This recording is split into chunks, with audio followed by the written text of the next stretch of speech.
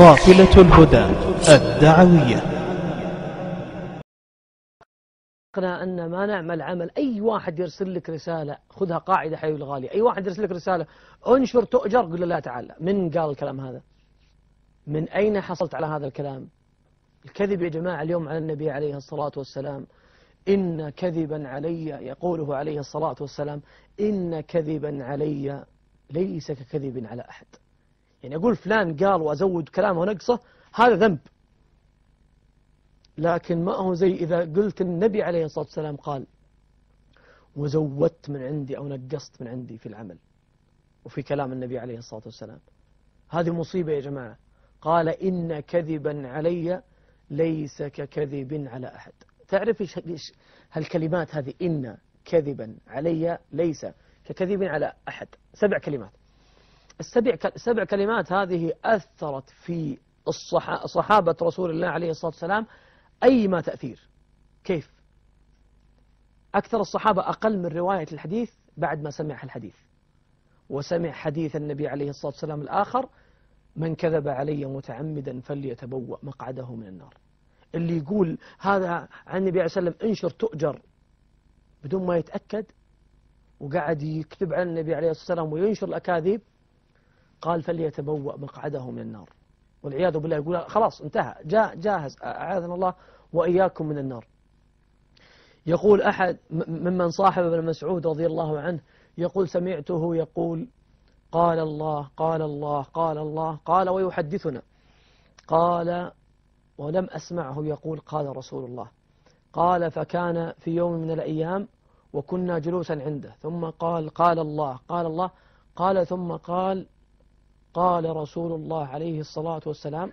قال وأنا أنظر إلى وجه ابن مسعود، قال فاحمر وجهه وانتفخت أوداجه، قال ثم سكت، قال ثم قال قال رسول الله، قال ثم طأطأ برأسه، قال ثم حل شيئا من إزاره، ثم سكت، ثم قال قال رسول الله صلى الله عليه وسلم، قال ثم أورد لنا حديثا، ثم ما أن انتهى من الحديث قال أو نحوه أو قريبا منه أو كما قال عليه الصلاة والسلام. قال فلما تعجب القوم ليش يقول هالكلام؟ قال إني سمعته عليه الصلاة والسلام يقول إن كذبا علي ليس ككذب على أحد. إني سمعت رسول الله عليه الصلاة والسلام يقول من كذب علي متعمدا فليتبوأ مقعده من النار. هذا حذر من؟ حذر رجل لما قال النبي عليه الصلاة والسلام عنه لما صعد النخلة قال وجاء الهواء وحرك إزاره، وضحك الصحابة من دقة ساقيه. قال النبي عليه الصلاة والسلام مما تضحكون؟ من دقة ساقيه؟ عشان انحاف؟ عشان ما توزن شيء؟ والله والذي بعث محمدا بالحق إنها أثقل في الميزان من جبل أحد. ثقيل عند الله عز وجل، قدره ثقيل، لأن في ناس قال الله عز وجل عنهم لا نقيم لهم يوم القيامة وزنا. قال النبي عليه الصلاة والسلام في الحديث قال يأتي الرجل سمين دببة ثم يلقى في الميزان كله عمله، قال فلا يساوي عند الله شيئا. فهذا حذر الصحابة من قضية. فكيف اليوم نتساهل الناس ويرسلون الرسائل انشر تؤجر انشر تؤجر؟ والله العظيم لو أحد يرسل لك رسالة الآن يقول لك ترى فيه بيان من الديوان الملكي ولا من أي مكان قال أن من داوم يوم الجمعة الجاية بيأخذ إجازة السبت والأحد، وقال لك تحت انشر تؤجر، هل ستنشره؟ والله ما تنشره. تتأكد من اللي قال، من وين جبته من الكلام هذا، من وين جبته، تعال نسأل، والله ما تنشر لين تتأكد. وهي قضية دوام يومي ولا يومين.